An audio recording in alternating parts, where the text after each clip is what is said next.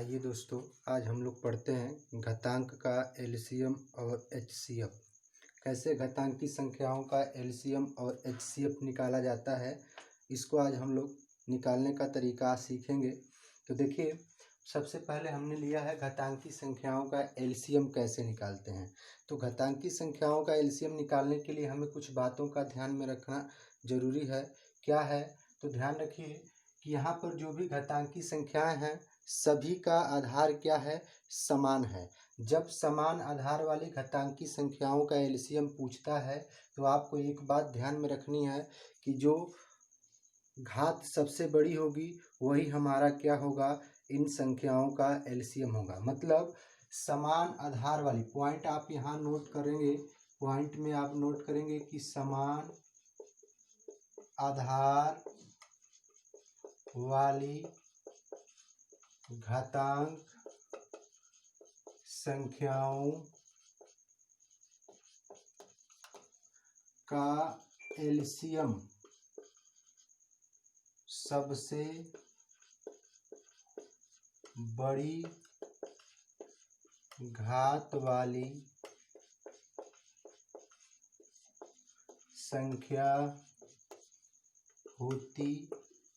है।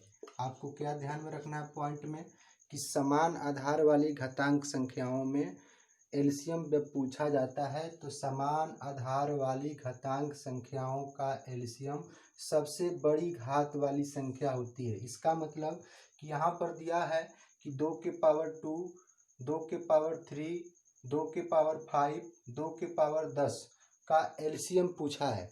जब आधार सबका सेम है तो सबसे बड़ी घात क्या है? 2 के पावर 10। मतलब कि 2 के पावर 2, 2 के पावर 3, 2 के पावर 5, 2 के पावर 10 का एलसीएम क्या होगा? इसका एलसीएम हो जाएगा 2 के पावर 10 होगा। क्यों 2 के पावर 10 होगा? तो आपको मैंने क्या बताया कि सभी का आधार समान है, तो जो सबसे बड़ी घात होगी वही हमारा क्या हो जाएगा? एलसीएम हो जाएगा। आपको अच्छे से जरूर समझ में आ रहा होगा। तो आप इसका स्क्रीनशॉट लीजिए। इस पर एक और प्रश्न मैं आपको बताऊं। देखिए, इस पर एक और प्रश्न मैं रख रहा हूं आपके सामने। जैसे देखिए, यहाँ पर सभी घातें प्लस में थी, कभी ऐसा भी हो जाता है कि घातें क्या हो जाती हैं? माइनस में हो जाती हैं। जैसे देखिए, आपके सामने मैं रख रहा हूँ, ये आपका क्वेश्चन है कि 3 के पावर -2, 3 के पावर -4, 3 के पावर -7, 3 के पावर -5 का एलसीएम क्या होगा? यह आपका प्रश्न है। तो ध्यान देने वाली बात है कि यहाँ पर भी सभी का आधार क्या है? समान है। जब सभी का आधार समान होता है तो एलसीएम सबसे बड़ी घात वाली संख्या होती है। और आपको पहले बताया जा चुका है नंबर सिस्टम के लेक्चर में कि जो ऋणात्मक संख्या होती है वह क्या होती है? अपने से बाद में आने वाली ऋणात्मक संख्या से बड़ी होती है। तो यहाँ पर ध्यान रखिए कि -2, -4, -7, -5 में -2 सबसे पहले आएगा, जो कि सबसे बड़ी घात के रूप में गिनी जाएगी। इसलिए यहाँ पर ऋणात्मक घातांकी संख्याओं का एलसीएम पूछा गया है। तो यहाँ पर एलसीएम क्या हो जाएगा? एलसीएम आपका हो जाएगा 3 के पावर -2। यही आपका क्या होगा? आंसर होगा। तो ध्यान रखना है कि जब आधार समान होता है तो एलसीएम क्या हो जाता है? सबसे बड़ी घात वाली संख्या ही हमारा क्या हो जाती है? एलसीएम हो जाती है। अब यहाँ पर देखिए, अगर आपसे कुछ ऐसे प्रश्न पूछा जाए जहां पर आधार समान न हो, तब क्या करेंगे? तो जैसे मान लीजिए कि आपसे प्रश्न पूछ दिया जाए, क्वेश्चन आपसे बन जाए कि 2 के पावर 3 और 3 के पावर 2 का एलसीएम क्या होगा? तो यहाँ पर ध्यान दीजिए कि दोनों का आधार समान नहीं है। जब आधार समान नहीं होता है तब एलसीएम क्या होता है? तो इन दोनों का गुणनफल, मतलब इनका एलसीएम कैसे निकालेंगे? तो एलसीएम निकालने के लिए 2 के पावर 3 में 3 के पावर 2 का क्या करेंगे? गुणा कर देंगे। तो यहाँ पर गुणा करेंगे तो यहाँ हो जाएगा 8 हो जाएगा, और यहाँ पर 9 का 8 में गुणा करेंगे 72। इसका मतलब कि इसका एलसीएम क्या होगा, 72 होगा। तो आप ध्यान रखिए कि घातांक का एलसीएम और एचसीएफ में सबसे पहले मैंने घातांक का एलसीएम आपके सामने प्रस्तुत किया, जिसमें मैंने आपको क्या बताया कि घातांक का कभी भी एलसीएम पूछता है तो अगर समान आधार है तो सबसे बड़ी घात वाली संख्या ही हमारी क्या हो जाएगी, एलसीएम हो जाएगी। अगर आधार समान नहीं है तो दोनों घातांकी संख्याओं का गुणनफल ही हमारा क्या हो जाएगा, एलसीएम हो जाएगा। अब हम इसी पर बात कर लेते हैं कि घातांक का एचसीएफ कैसे निकालते हैं। जैसे देखिए आपके सामने घातांक का एचसीएफ पूछ दिया जाए, घातांक का एचसीएफ, घातांक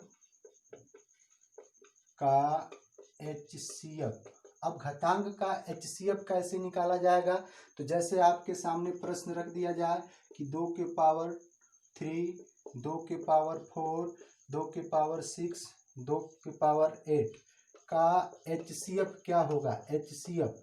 अब यहाँ एचसीएफ पूछ रहा है। इसके पहले एलसीएम में मैंने आपको बताया था कि जो सबसे बड़ी घात होगी वही आपकी क्या हो जाएगी, एलसीएम हो जाएगी। अब यहाँ पर उसका उल्टा याद रखना है कि जब आधार समान रहता है तो जिस घातांकी संख्या का घात सबसे छोटा होगा वही हमारा क्या होगा, एलसीएम होगा। मतलब कि यहाँ पर पॉइंट में आपको याद रखना है क्या, कि सबसे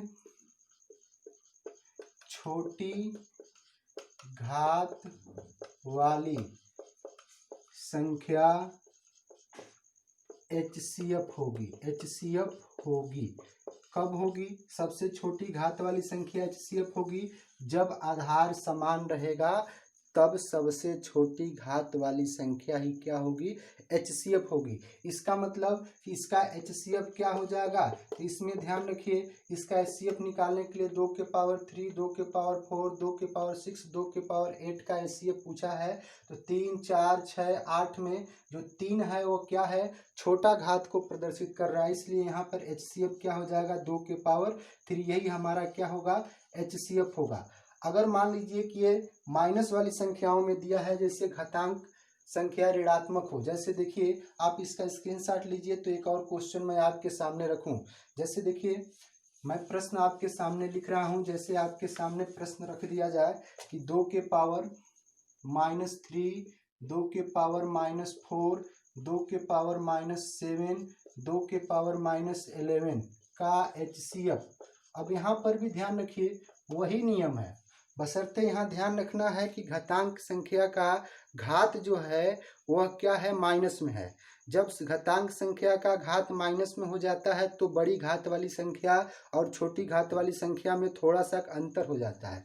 अब यहाँ पर ध्यान देना है कि यहाँ पर बड़ी घात वाली संख्या क्या हो जाएगी, जिस संख्या का घात सबसे बड़ा होगा वो कौन सा होगा, 2 के पावर 3, क्योंकि -3, -4, -7, -11 में -3 क्या है, पहले आएगा और -11 क्या है, बाद में आएगा। तो जो ऋणात्मक संख्या पहले आती है वो अपने से बाद में आने वाली संख्याओं से क्या होती है, बड़ी होती है। तो ध्यान रखिए यहाँ पर 2 के पावर -3 ये क्या हो जाएगी, बड़ी घात हो जाएगी, तो यह आपका एलसीएम हो जाएगा। लेकिन यहाँ पर एचसीएफ पूछा है तो एचसीएफ क्या हो जाएगा, एचसीएफ आपका क्या हो जाएगा, 2 के पावर -11। क्यों एचसीएफ 2 के पावर -11 होगा, क्योंकि एचसीएफ में मैंने बताया था कि जब आधार समान होता है तो सबसे छोटी घात वाली संख्या क्या होती है, एचसीएफ होती है। तो यहाँ पर सबसे छोटी घात वाली संख्या क्या है, 2 के घात -11 है, यही हमारा क्या होगा, एचसीएफ होगा। अगर आपसे यहाँ पर ऐसा भी क्वेश्चन पूछ दिया जाए कि जिसका आधार समान न हो, जैसे देखिए आपसे प्रश्न यहाँ बन जाए कि 2 के पावर 3 और 3 के पावर 2 का एचसीएफ क्या होगा। अब यहाँ पर ध्यान दीजिए कि 2 के पावर 3 और 3 के पावर 2 का एचसीएफ पूछ रहा है। अब मैंने आपको बताया था कि जब आधार समान रहता है तो छोटी घात वाली संख्या ही हमारी क्या होती है, एचसीएफ होती है। लेकिन यहाँ पर आधार समान न होने की वजह से हमारा एचसीएफ क्या होगा, तो आपको पॉइंट में ये याद रखना है कि पॉइंट में आपको यही बात याद रखना है कि आधार समान न होने पर एचसीएफ सदैव 1 होगा। क्या होगा, आधार समान न होने पर HCF सदैव क्या होगा, 1 होगा। मतलब कोई भी घातांकी संख्या दिया है जिसका आधार समान नहीं है तो उनका HCF क्या हो जाएगा, 1 हो जाएगा। ऐसा क्यों होता है, क्योंकि आधार समान नहीं होगा तो वे सभी घातांकी संख्याएं क्या हो जाएंगी, जहां पर आधार समान न हो और आधार में कोई कॉमन फैक्टर न हो। कहने का मतलब यहाँ 2 के पावर 3 है, 3 के पावर 2 है, 2 और 3 दोनों क्या है, सह अभाज्य संख्या। जब दोनों का आधार सह अभाज्य हो जाएगा तो वहां पर मौसर सदैव क्या होगा, 1 होगा। तो यहाँ पर ध्यान दीजिए कि 2 के पावर 3 और 3 के पावर 2 का HCF क्या होगा, तो 1 होगा। आपको बहुत अच्छे से समझ में आया होगा। कुछ बातें और मैं बता रहा हूँ, आप इसका स्क्रीनशॉट लीजिए। चलिए देखते हैं आगे। जैसे मान लीजिए आपसे प्रश्न ऐसे बन जाए कि 2 के पावर 2 और 4 के पावर 2 का HCF क्या होगा, HCF क्या होगा। अब आप कहेंगे कि यहाँ पर भी आधार क्या है, समान नहीं है। लेकिन आपको ध्यान रखना है कि दोनों संख्याओं के आधार में कोई न कोई कॉमन फैक्टर हमें दिखाई दे रहा है। कहने का मतलब कि इसको हम लिख सकते हैं 4 के पावर 2 को हम लोग लिख सकते हैं 2 के पावर 2 और पूरे का पावर 2।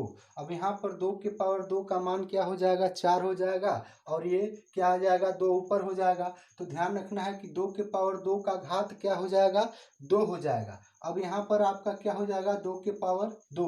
अब ये हो जाएगा 2 के पावर 2 और यहाँ पर घात का घात में गुणा हो जाएगा तो 2 के पावर 4। अब देखिए यहाँ पर आधार दोनों का क्या हो गया, सेम हो गया। अब HCF पूछ रहा है तो HCF कैसे निकालोगे, तो छोटी घात वाली संख्या ही हमारी क्या होगी, HCF होगी। तो यही हमारा क्या हो जाएगा, HCF हो जाएगा। तो ध्यान रखिए इन घातांकी संख्याओं का HCF कैसे निकालते हैं, यह तरीका मैंने आपके सामने रखा है। यदि आपको अच्छा लगता है तो ज़रूर इसको लाइक करिएगा, शेयर करिएगा। चैनल पर नए होंगे तो सब्सक्राइब करिएगा। इसके आगे का अगले क्लास में मैं आपको प्रोवाइड कराऊंगा। तब तक के लिए धन्यवाद।